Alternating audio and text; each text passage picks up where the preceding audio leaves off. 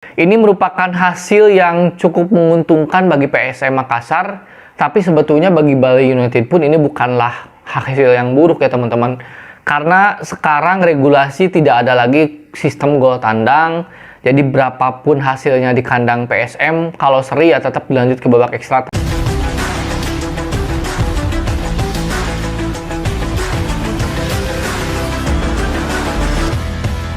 Halo semuanya, kembali lagi bersama saya di Ulasan Bola.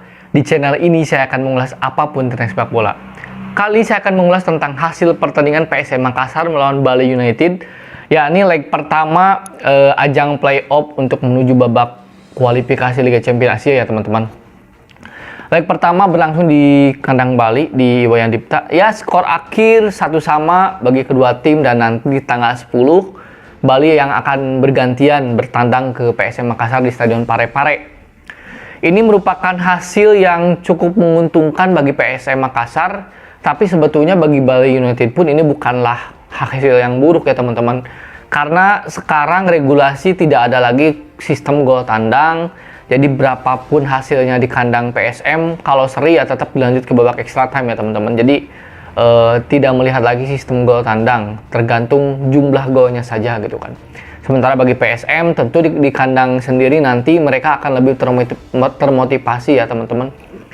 Untuk jalannya pertandingan sendiri ya di babak pertama cukup jomplang ya. Babak pertama Bali begitu mendominasi permainan, menciptakan banyak peluang, dan PSM sepertinya agak kesulitan untuk menembus pertahanan Bali ya teman-teman.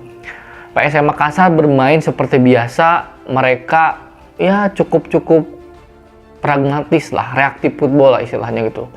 Sistem yang dimainkan juga mirip-mirip dengan yang dimainkan di Liga kemarin. Mereka melakukan serangan balik yang cepat.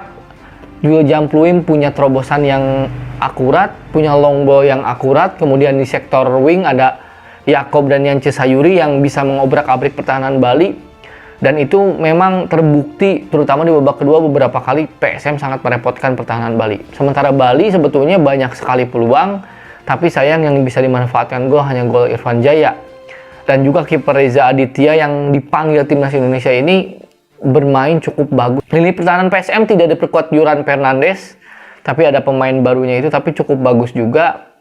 Sepertinya PSM ini secara akar, secara root, secara pondasi permainan sudah terlihat memang sudah menemukan iramanya ya teman-teman. Jadi musim lalu mereka juara. Nah, para pemain yang mengisi sektor-sektor pentingnya kan masih sama. Kiper masih sama, di belakang masih sama, wingnya masih sama. Mungkin striker mereka Ramadan Sananta akan pindah ke Persis Solo, tapi itu menurut saya bukan masalah karena masih ada Everton juga ya teman-teman.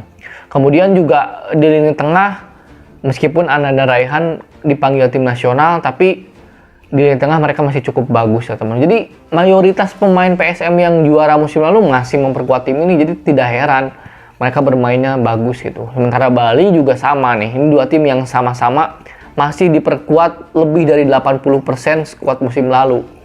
Nah yang kita soroti adalah bagaimana strategi dari kedua tim ini ternyata tidak jauh berbeda ya teman-teman. Bali mereka tumpuannya itu porosnya itu ada di Eber Besa, kemudian Fripat Mbarga.